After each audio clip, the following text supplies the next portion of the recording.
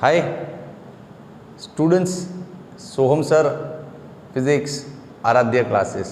हाँ, આજે તમારી માટે ગતિવાદ ચેપ્ટરનો લેક્ચર 7 છે, 7મો લેક્ચર। ચર્ચામાં બહુ જોરદાર વસ્તુ છે આજે। બોરે શું ચર્ચા છે લખી દઉં। જો ચર્ચામાં છે તાપમાનનું ગતિક અર્થઘટન। તાપમાનનું ગતિક અર્થઘટન બહુ મસ્ત થિયરી છે। આખું મેથેમેટિકલ થિયરી બનાવી દીધી આને। હા, પણ આની પહેલાં હું પાછળના લેક્ચરની એક ચર્ચા કરવા માગું છું।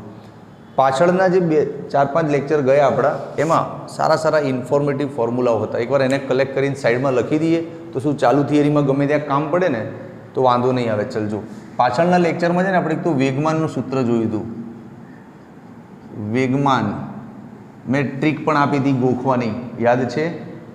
મેન્ટ vx², હા, MAN ΔT vx², હા હા। પછી દબાણનું પણ એક સૂત્ર જોયું હતું આપણે। આ બધા લખી રાખીએ તો શું આજે કામ લાગે। 1/3 ઘનતા v²ની સરેરાશ। આની સિવાય એની પહેલાંના લેક્ચરમાં મોલ સંખ્યા પર બી સૂત્ર આપણે જોયા હતા।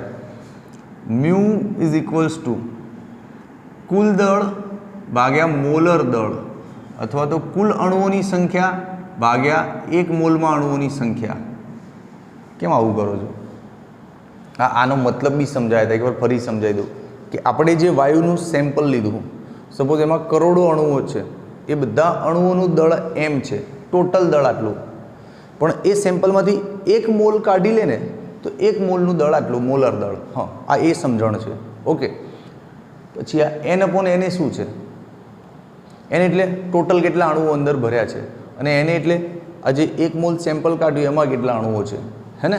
હા, તો આ છે ભાઈ મ્યુ ઉપર મોલ સંખ્યા, મ્યુ એટલે મોલ સંખ્યા। પછી બીજું પણ એક સૂત્ર જોયું હતું, R બરાબર KB × NA।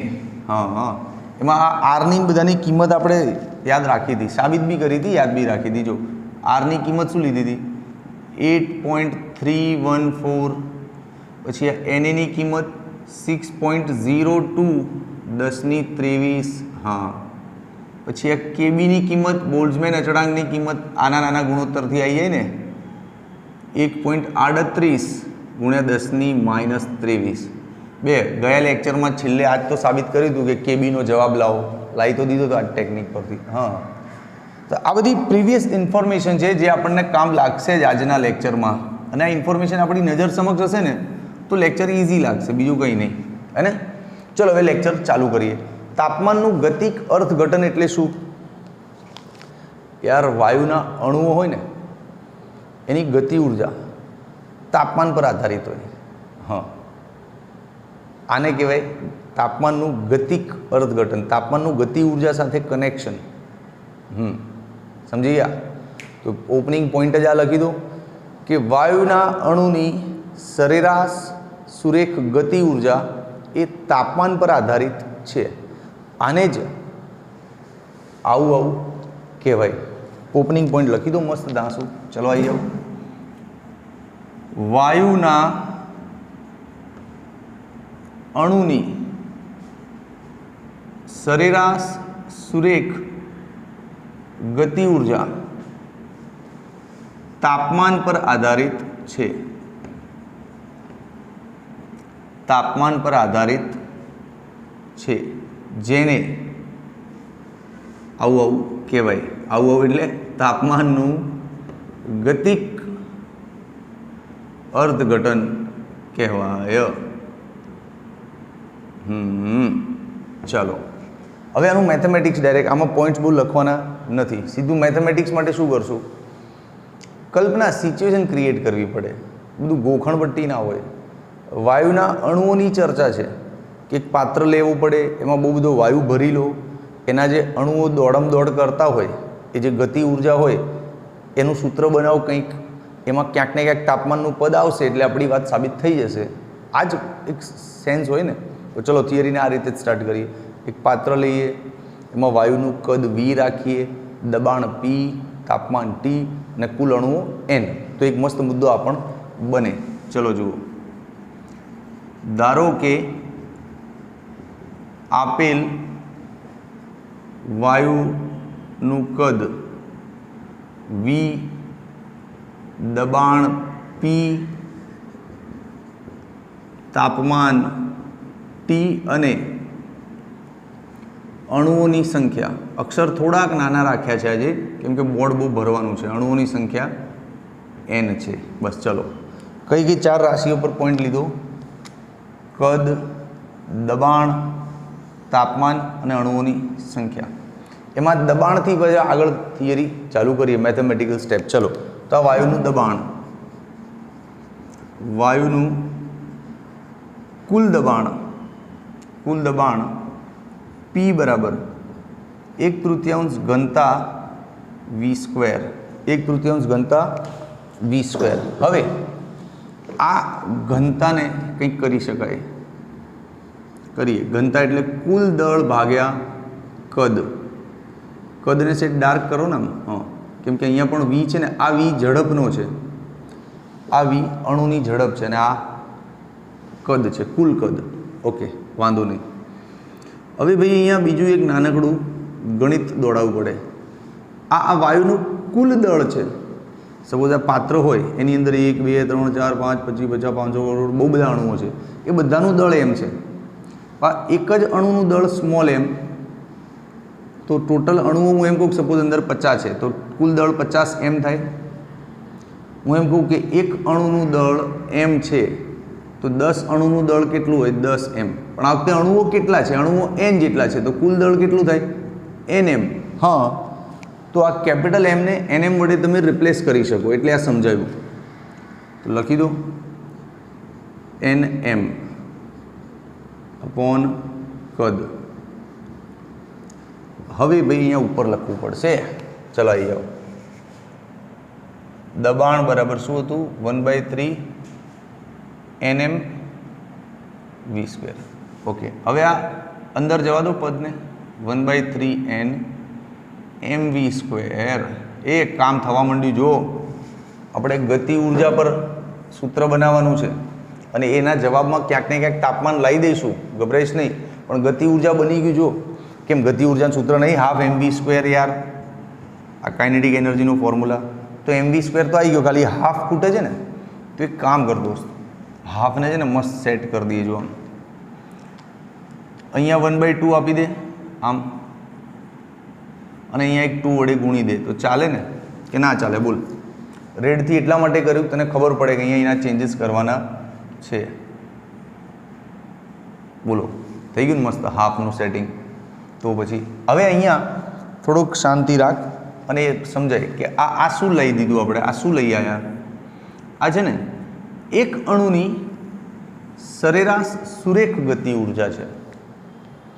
આમાં ચાક ગતિ ઉર્જા એડ નથી કરી હું, કેમ કે આપણે જે સૂત્ર લીધું એમાં સુરેખ મેટર પર જ ચર્ચા કરી હતી. Vx, Vy, Vz યાદ છે ને બધું? હા, તો આ સુરેખ ગતિ ઉર્જા છે.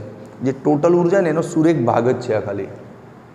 ટોટલ ઉર્જામાં બે ઘણું બધું હોય યાર, અણુઓ ગોળ ગોળ ફરતા હોય. તો એ જે રોટેશનલ ચાક ગતિ ઉર્જા છે એની આમાં ચર્ચા નથી. આ ખાલી સુરેખ ગતિ ઉર્જા છે અને એ બી પાછી સરેરાશ છે. જુઓ, હા, તો લખી દો. આ પદ શું છે? એક અણુની સરેરાશ સુરેખ ગતિ ઉર્જા છે આ.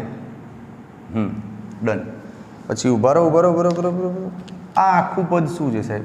આ N સાથે. એ ભાઈ N સાથે તો બધા અણુઓની ઉર્જા છે. ખાલી આટલું પદ જોઈએ હાફ mv² તો એક અણુની છે, પણ N સાથે જોવા જઈએ તો બધા અણુઓની છે. તો લખી દો કે N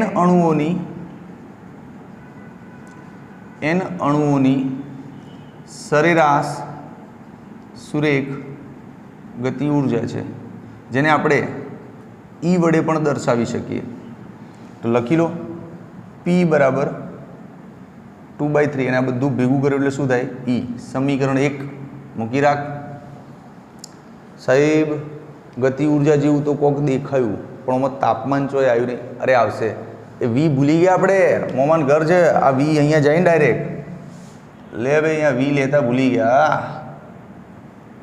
એ થાય બી હવે સવારના શૂટ કરતા હોય ને કેટલી વાર તો શૂટ કેન્સલ થયું હોય. ચલ ભાઈ, પ્રભુની અસીમ કૃપાથી જોતાં જોતાં યાદ આવી ગયું ને તો હમણાં હલવાઈ યાદ છેક પહોંચીને. ચલો આટલું સેટ થયું. અચ્છા એક મિનિટ, એક નાનકડી જાણકારી આપું. આ પદનું બીજું પણ કંઈક લખી શકાય એમ, ચોખવટ કરી દે કે કુલ આંતરિક ઉર્જાનો સુરેખ ભાગ જ દર્શાવે છે આ ઉર્જા, આ બધી ઉર્જા નથી. હા તો લખી દો, કુલ ગ્રીનથી એટલા માટે લખું છું કે અલગથી તારી નજર રહે આની પર. કુલ આંતરિક ઉર્જાનો સુરેખ ભાગ. હા ઓકે, ચલો વાંધો નહીં. હવે સાહેબ તાપમાનનું કંઈક કરીએ. પીવી બરાબર mu R T is also available. તો ચલો અહીંથી સ્ટાર્ટ કરીએ. વાયુ સમીકરણ, ભાઈ આ માઇક હલી જશે શું જોજો. વાયુ સમીકરણ પીવી બરાબર mu R T. Okay no problem. આ મ્યુ આર ટીને હજી થોડુંક ડિટેલ કરો, પછી આની જોડે સરખાઈ દઈશું એટલે જવાબ તો આવી જ જશે. આ મ્યુને આવું લઈ શકાય, એન અપોન એને કુલ અણુઓ ભાગ્યા 1 મોલમાં અણુઓ. હા પછી આરને આવું લઈ લઉં, કેબી એને ને ટીને ટી રહેવા દો. કેમેરામેન કવર થાય છે ને બધું. હા જો મ્યુની જગ્યાએ આપણે આવું કરી દીધું, આમ આ પદ લઈ લીધું અહીંથી, ને આરની જગ્યાએ આ પદ લઈ આવ્યા. હા બસ હવે તો સહેલું છે ભાઈ. જો એને ઉડ્યા, શું રહ્યું આપણા હાથમાં? આપણા હાથમાં રહ્યું પીવી બરાબર એન કેબી ટી. કેબી એટલે બોલ્ટ્ઝમેન અચળાંક 2 યાર. હા સમીકરણ 2. હવે કંઈ ના કરશો, 1 અને 2 ને સરખાઈ દો પ્રેમથી, 1 અને 2 ને સરખાઈ દો. ચલો આપી દો ટાઇટલ. 1 અને 2 ને સરખાવતા સરખાઈ દઈએ. ચલો આપણે ક્યાં વાંધો જ છે. 2/3 E બરાબર એન કેબીટી. હવે 3 ને 2 ને બધું સામે જવા દો એટલે E બરાબર એન 3/2 કેબીટી. આ શું થઈ ગયું? કુલ ઉર્જા. એન અણુઓની કુલ ગતિ ઉર્જા આવી ગઈ. પણ આપણે તો એક જ અણુની જોઈએ છે, તો એક અણુને તો માટે શું કરવું પડશે? આને ભાગવું પડશે ને એન વડે. તો એનને અહીંયા નીચે લઈ લો. તો હવે આ શું છે? હવે આ એક અણુની ઉર્જા થઈ ગઈ. સિમ્પલ છે. હા એક અણુની ઉર્જાને શેનાથી દર્શાવાય? હાફ mv²થી. તો દર્શાવી દો, half mv² is equals to 3/2 kBT. લે જવાબ જલસાગર. બહુ કામ લાગશે આ જવાબ. 11-12 સાયન્સ 2 વર્ષ બોરે કવર કરી દઈએ. માંડ આવ્યો ને ક્યાંક ભાગી ના જાય જવાબ, એમ બીજું કંઈ નહીં. આવી ગયું એક અણુની. અહીંયા બધું અમુક થિયરિકલ લાઈન નહીં લખી, જગ્યા નથી એટલે, તો એ લખી દેજે ને કે ભાઈ આ ઈ છે ને એન અણુઓની કુલ સરેરાશ ગતિ ઉર્જા છે, ભાગ્યા એન કર્યા પછી આ એક જ અણુની ગતિ ઉર્જા આવી. અરે એન વડે ભાગી દેવાનું હોય યાર, ખબર તો છે ને. 10 કેળા પડ્યા હોય એના 100 રૂપિયા, તો એક કેળાના કેટલા? તો ટોટલ 100 રૂપિયા ભાગ્યા કેળાની સંખ્યા 10 એટલે કેળાના 10 રૂપિયા આવે ને. કોમન સેન્સની વાત છે, હવે એમાં સમજાવવાનું શું? ચલો તો બરાબર આને બાઉન્ડ્રી કરીને પ્રોપર ફરક પાડી દઉં અલગ અલગ, એ બધું મિક્સ થઈ જશે.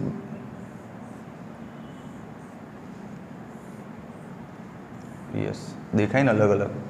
અહીંયા બી કંઈક બાઉન્ડ્રી કરવી પડશે. ઉભા રહો, અરે કરી લઈએ, પણ એવી કોઈ જ ખોટી ઉતાવળ કરવાની નહીં થિયરીમાં. હા બસ હવે ક્લિયર છે. લઈ લે એક ધાંસુ સ્ક્રીનશોટ.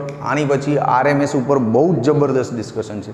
હજી અહીંયા પોઈન્ટ તો તારા બને બે. હજી એકાદો પોઈન્ટ લખને. શું જો હજી થિયરિકલ પોઈન્ટ બતાવી દઉં. અહીંયા શું લખવાનું કે એક અણુની સરેરાશ સુરેખ ગતિ ઉર્જા તાપમાનના સમપ્રમાણમાં છે અને એ દબાણ અને કદથી સ્વતંત્ર છે, કેમ કે જવાબમાં ક્યાંય P અને V આવ્યું જ નહીં. હા તો હવે ક્લિયર છે. સ્ક્રીનશોટ લઈ લો એટલે RMS પર મસ્ત ચર્ચા ચાલુ કરીએ. ઓકે હવે RMS કરીને એક નવો શબ્દ લોન્ચ થાય છે તારા કોર્સમાં, જેની 12મામાં બહુ જરૂર પડશે. 12માં ચેપ્ટર આવશે એક અલ્ટરનેટિંગ કરંટ. એમાં આરએમએસ વેલ્યુઝની બહુ જરૂર પડશે, પણ એનો પાયો આજે અહીંયા શીખી લઈશ તો 12માં ત્યાં મજા આવશે. એ તો ભાઈ 12માના સાહેબ કહે છે એ કોણે ભણાવ્યું 11મું આરએમએસ કોઈ શીખવાડ્યું નહીં. તે ટાઈમ કોન્ફિડન્સથી કહેવાનું સોહમ સરનો લેક્ચર ભર્યો છે 11માં, પાક્કું જોઈએ આપણું, શીખેલા જ છે. ચાલો આવી આવો. તો આમ તો આને ક્વેશ્ચન 13 કહી શકીએ આપણે આજે, ક્વેશ્ચન 13. પણ આમાંથી નાના નાના પ્રશ્નો ઘણા બનશે, બધાને નંબર નહીં આપું, ખાલી ટાઇટલ લખી દઉં છું. આરએમએસ એટલે શું? આરએમએસ એટલે શું? ચલો આરએમએસનું પહેલાં તો ફૂલ નામ જોઈ લઈએ. આર એટલે રૂટ, હા, એમ એટલે મીન, એટલે ગુજરાતીમાં શીખવાડીશ, શાંતિથી રાખ. એચ એટલે સ્ક્વેર, રૂટ એટલે વર્ગમૂળ, યસ. મીન એટલે સરેરાશ, યસ. ને સ્ક્વેર એટલે વર્ગ. આ કેમ જરૂર પડી આપણા કોર્સમાં? પહેલાં તો આની એમ કહો તો જો ભાઈ આપણા ત્યાં છે ને કેમ જરૂર પડે? જો આપણે ગયા લેક્ચરમાં પાત્રમાં વાયુ ભરી અને એની પર દબાણનો જવાબ લાવ્યા હતા, ત્યારે ઘણી બધી ધારણાઓ કરી લીધી હતી કે બધા અણુઓ એક જ દિશામાં હશે, કોકની સ્પીડ Vx, કોકની Vy અને કોકની Vz છે. આપણે બધાને Vx સમજી લીધી હતી. હા, તો જ્યારે ઝડપ વેગ વારંવાર બદલાતો હોય, અનિયમિતતા આવી જાય, ત્યારે એનું આરએમએસ મૂલ્ય લેવું હિતાવહ છે. એવરેજ, સરેરાશ. કોઈક દિશામાં સ્પીડ આટલી હોય, કોઈક દિશામાં આટલી હોય, તો અલગ અલગ ગણવા કોણ બેસે? એટલે એક સરેરાશ સ્પીડ બનાવવામાં આવે. હા, એટલે આરએમએસવાળા પદની જરૂર આપણને પડી. બોલો, ક્લિયર છે?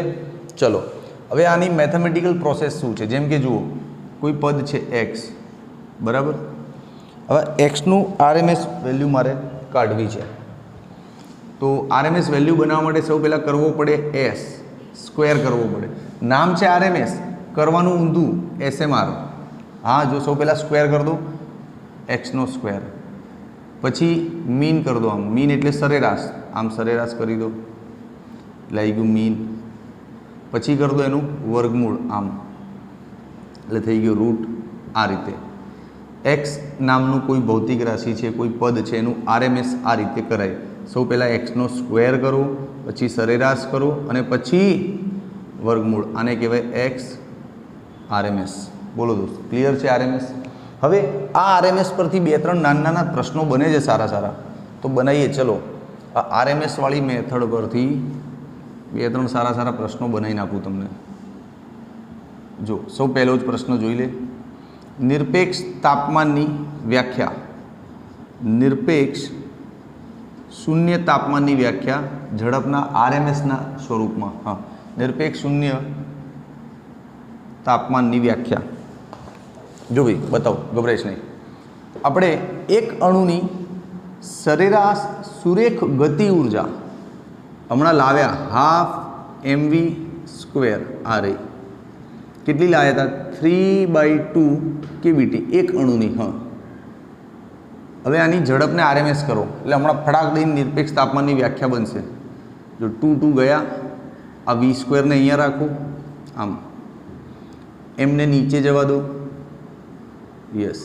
જો આ વર્ગ અને સરેરાશ તો થઈ જ ગયો છે ઓલરેડી, વર્ગ અને સરેરાશ તો દેખાય જ છે. ખાલી આપણે કરવાનું શું બાકી રહે? વર્ગમૂળ. આમ બંને સાઈડ કરવું પડે ને. હા, વર્ગમૂળ કરો એટલે હવે આ પદનું શું થઈ ગયું? સ્ક્વેર, મીન, રૂટ બધું થઈ ગયું સાહેબ. આરએમએસ થઈ ચૂક્યું છે. યસ, આ આવી ગયું ઝડપનું આરએમએસ સ્વરૂપ. હા, હવે બહુ સિમ્પલ છે દોસ્ત. જો આ તાપમાનને આપણે 0 કરી દઈએ, આ તાપમાન 0 હોય તો સ્વાભાવિક છે આરએમએસ વેલ્યુ પણ 0 થઈ જાય ઝડપની. તો જો તાપમાન 0 હોય તો વીઆરએમએસ પણ શું થઈ જાય? 0. અહીંયા 0 મૂકે એટલે આખો જવાબ 0 ના થાય? આમ. હા, તો હવે વ્યાખ્યા બને, પણ લખવાની જગ્યા નહીં રહી સાહેબ, બહુ નીચે લખી નાખ્યું તમે.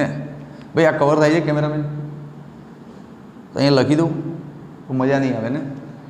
એમને બોલી જવું જો કે જે તાપમાને અણુની સરેરાશ સુરેખ સરેરાશ સુરેખ ક્યાં છે?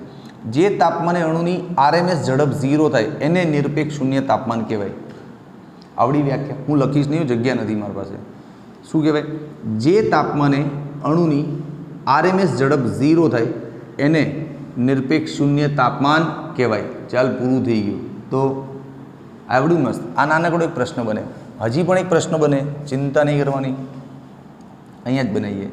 बीजो प्रश्न, झड़पनुं RMS सूत्र दबाणना पदमां लावो।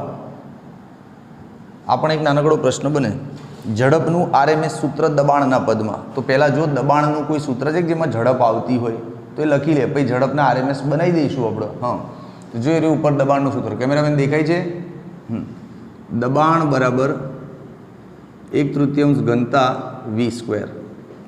आ V² ने करता राखो 3p अपॉन घनता। बे आमां बी जलसा पड़ी गया। स्क्वेर अने सरेराश तो थयेलुं ज छे, आपणे खाली करवानुं शुं रह्युं? આપણે કરવાનું રહ્યું વર્ગમૂળ બે બાજુ, એટલે કામ થઈ ગયું। જો હવે આ શું થઈ ગયું? VRMS અને આ બાજુ શું આવી ગયું? 3p/ρ છે ને। તો આવા નાના નાના પ્રશ્નો બનતા હોય છે બે પરીક્ષામાં। આ બેને ભેગા કરીને 2 માર્ક્સનો પ્રશ્ન બનાવે। શું કે VRMS ના સંદર્ભમાં નિરપેક્ષ શૂન્ય તાપમાનની વ્યાખ્યા લાવો। તો આ રહી કે જે તાપમાને VRMS 0 થાય એને નિરપેક્ષ શૂન્ય તાપમાન કહેવાય।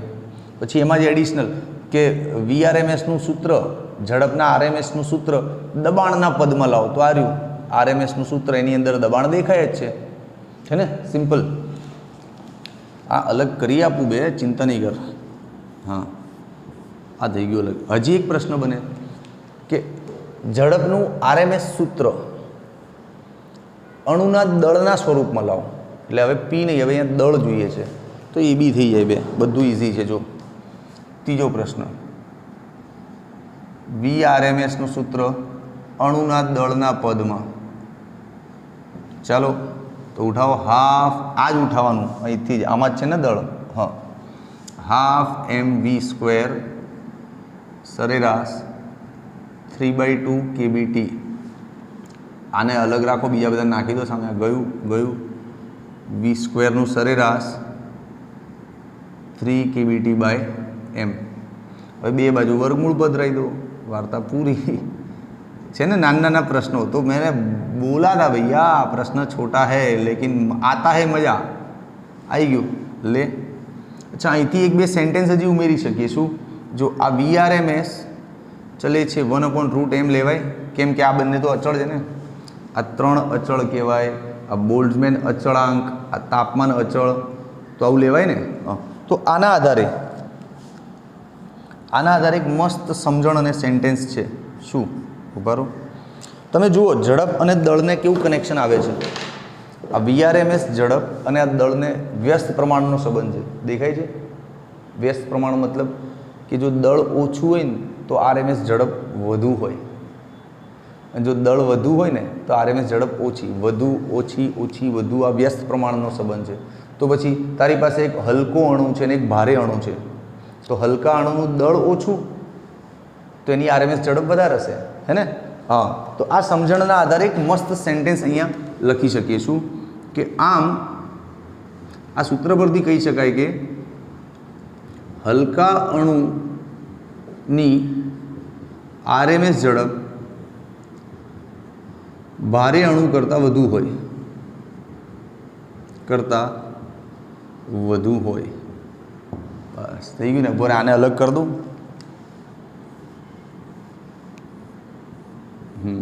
चलो हजी एक छे छेल्लू चौथुं RMS ना स्वरूपमां कंईक। मोलर दळना पदमां RMS નું सूत्र लाવો। मोलर दळना पदमां VRMS मोलर दळना पदमां। मोलर दळ એટલે आ बे, आने मोलर दळ कहेवाय। हाँ, चलो क्यांथी स्टार्ट करिए? आनाथी ज करो ने बधुं, आमांथी ज आवशे जवाब। 12 mv² 3/2 kBT। 2 गया, V² बराबर 3 kBT/m। अब आमा m मांथी m0 चमनु बनावू। ओ भाई दिमाग लगाना पड़ता है, वह इधर दिमाग लगाना पड़ता है, तो लगाइए। चलो પછી છેલ્લે વર્ગમૂળ કરશું આ બધું સોલ્વ કરીને 3 kBT અપોન એક કામ કરો અહીંયા n ગુણી દો તો ઉપર બી એક n આપી દઈએ તો ચાલે ને આ n ઇન્ટુ m શું થાય કુલ દળ ને કુલ દળ એટલે કેપિટલ M તો n kBT 3 રહી ગયો અહીંયા હા આ કુલ દળ એટલે કેપિટલ M ઓકે હવે આની જગ્યાએ આપણે મ્યુ ઇન્ટુ m0 લખી શકીએ તો લખી દો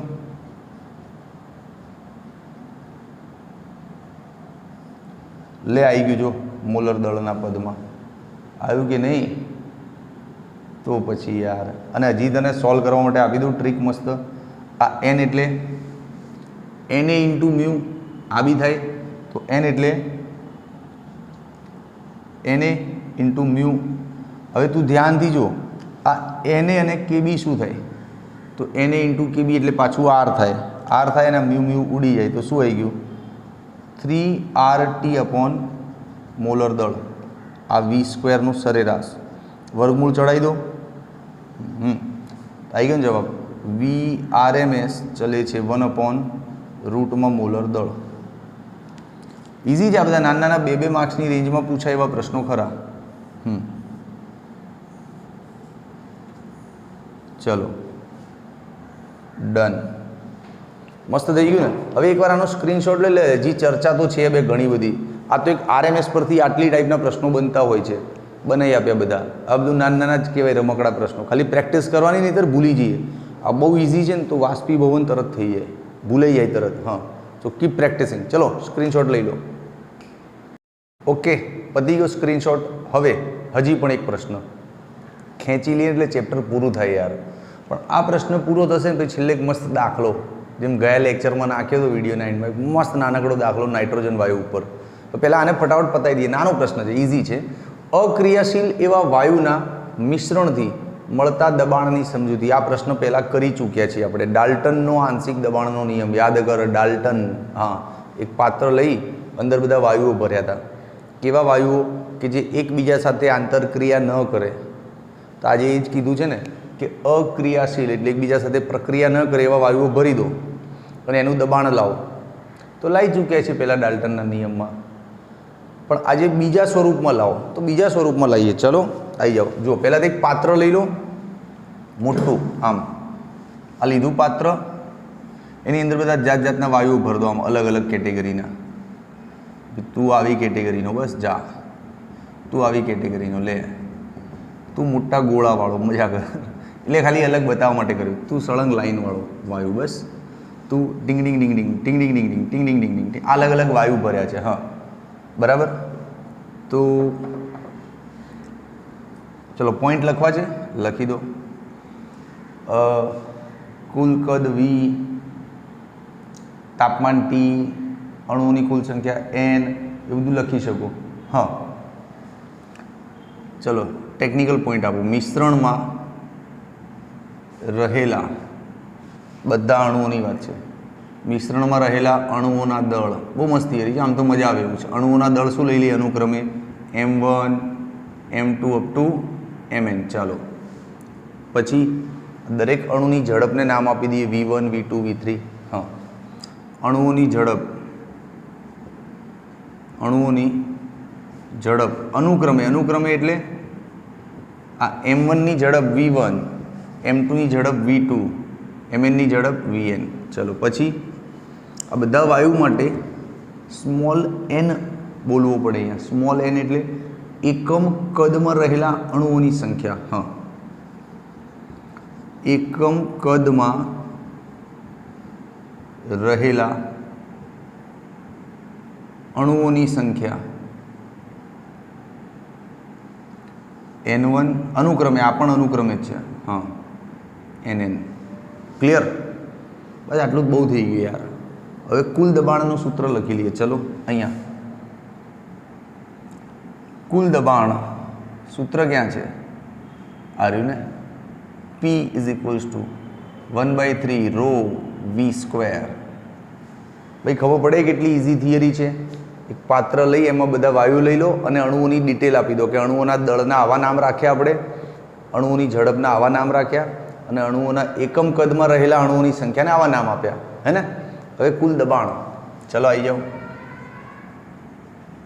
આ ઘનતા એટલે mn, ચોથી આવ્યું સાહેબ, બસ રેવા દે ભાઈ, તુમસે ના હો ભાઈ. ઘનતા એટલે mn ચોથી આવ્યું છે બે યાર.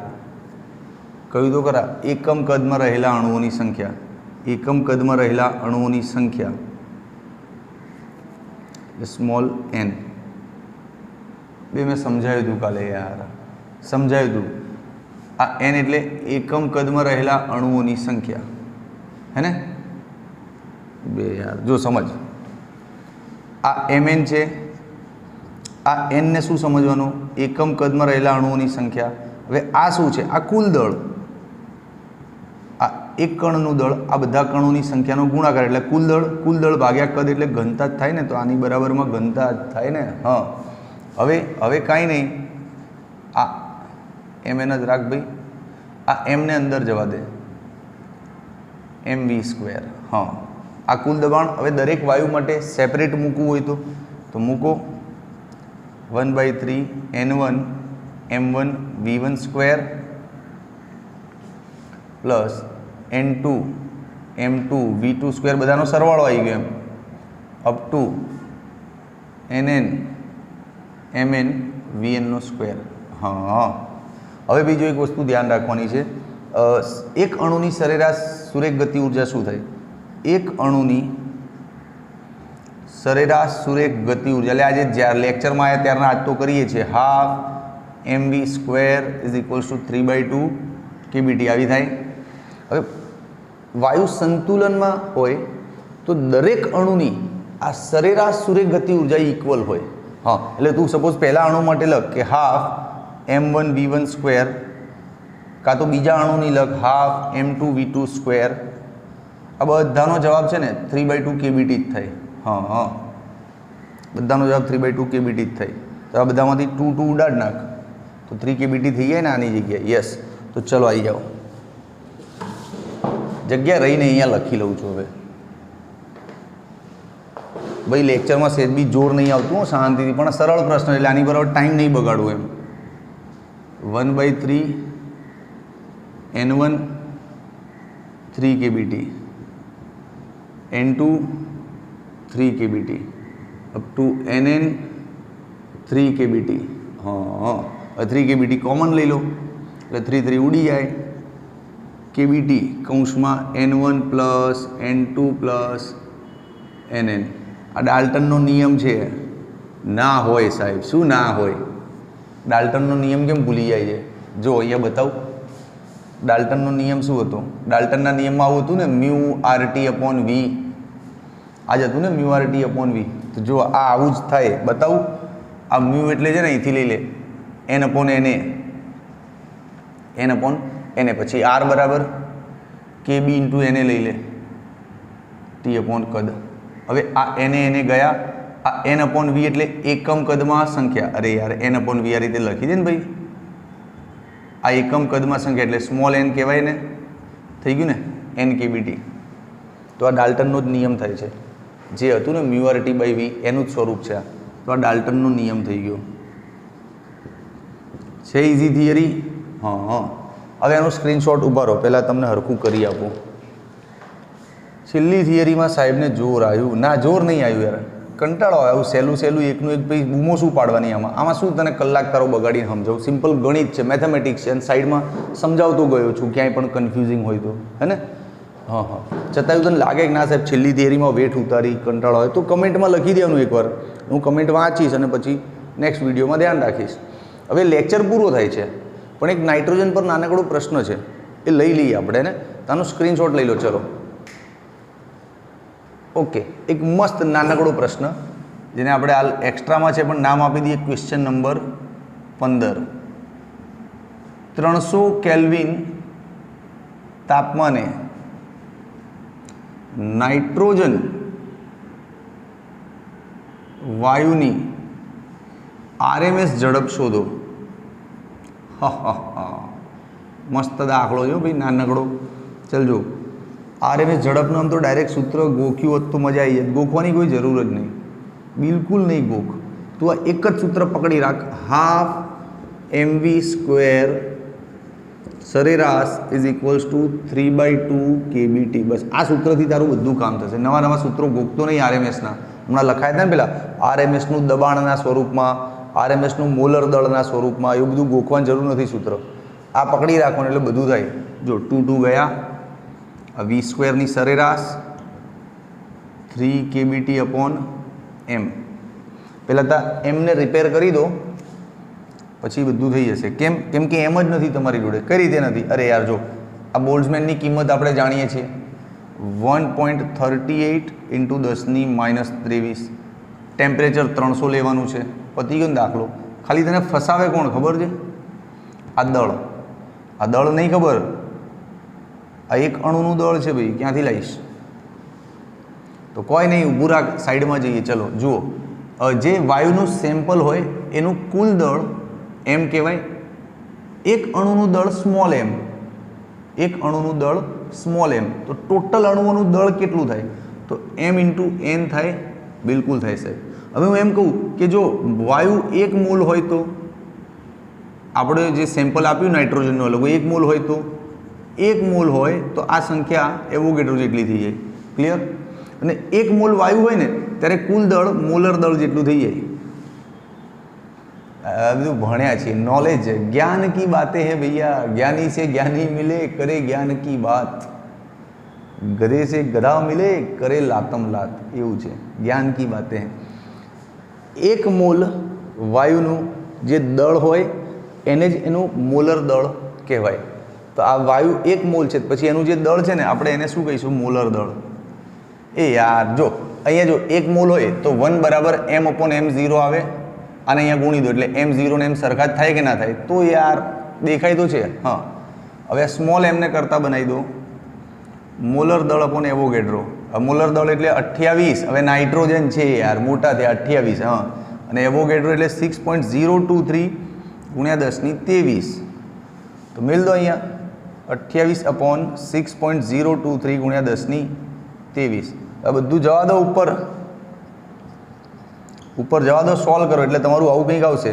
200 મેં કંઈક લખ્યું છે ઉપર. હવે કેલ્ક્યુલેટર મારવાનો ટાઈમ નહીં એટલે લખવું પડે. 267.096 સમથિંગ આવશે. પણ આપણને આરએમએસ કીધું છે ને, તો જો v² આરએમએસમાં 3 વસ્તુઓ કરવાની હોય. આની ગુણ્યા 10⁻3 આવશે લ્યા. હા, 10⁻3 ના રાખી તો પોઈન્ટ જવા દે. હા, આપણે આરએમએસ કરવાનું છે એટલે સ્ક્વેર કરવાનું, સરેરાશ અને રૂટ કરવાનું. તો સ્ક્વેર અહીંયા થઈ ગયેલો છે સાહેબ, સરેરાશ થઈ ગયેલી છે. હવે આપણે ફક્ત કરવાનું શું રહે? રૂટ. આમ રૂટ કરો એટલે હવે આ પદ શું કહેવાય? VRMS. આનો જવાબ તારો 516 સમથિંગ આવે એપ્રોક્સિમેટ. બોલ, છે ને મસ્ત દાખલો? કહી દો તું લેક્ચરના અંતમાં કંઈક ધાંસું લઈશ. મને દાખલા કરતાં વધારે આમાં ઇન્ટરેસ્ટ હોય. સાઈડમાં આજે પ્રેક્ટિસ થાય ને તમારી ચાલુ દાખલામાં, આ તમારું પ્રેઝન્સ ઓફ માઇન્ડ હોવું જોઈએ. આ બધા પદ સાઈડમાં મગજમાં ચાલતા જ રહેવા જોઈએ, તો ગતિવાદના દાખલા બહુ ઇઝી લાગે. મિત્ર, બેઠું સૂત્ર તો બધાને યાદ જ હોય, પણ અચાનક આ પદમાં ફસાય. હવે આને કઈ રીતે શોધવું? તો આ શોધવા માટે સાઈડમાં જવું પડે. અને આ પદ છે ને મગજમાં અવેલેબલ હોવો જોઈએ, એને કે પ્રેઝન્સ ઓફ માઇન્ડ. ઇઝી છે. ચલો સ્ક્રીનશોટ લઈ લો. લઈ લીધો? હવે દોસ્ત જો ખરેખર મજા આવી હોય કે ના લેક્ચર સાહેબ ગજબ હતું, બધું મેથેમેટિકલ ટાઈપ આખું હતું, તો કમેન્ટ લખજો કે સાહેબ મજા આવી ગઈ. અને છેલ્લે આ દાખલો લીધો એની મજા આવી ને, તો કમેન્ટમાં લખતા રહું. નેક્સ્ટ લેક્ચરમાં હજી દાખલા લઈશ છેલ્લે. કેમ કે ગતિવાદ થિયરિકલ ચેપ્ટર એટલે શું થાય કે દરેક લેક્ચરના અંતમાં 2-3 નાના પ્રશ્નો મૂકે તો બાળકને આનંદ રહે, એના કારણે.